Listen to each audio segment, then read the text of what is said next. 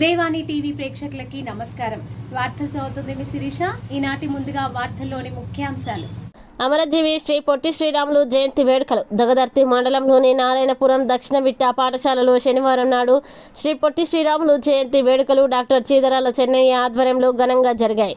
ఈ సందర్భంగా మాట్లాడుతూ శ్రీ పొట్టి శ్రీరాములు 1901వ సంవత్సరం మార్చి 16న నెల్లూరు జిల్లాలోని పడమటిపల్లె అనే గ్రామంలో గురువయ్య మహాలక్ష్మమ్మ దంపతులకి జన్మించారు.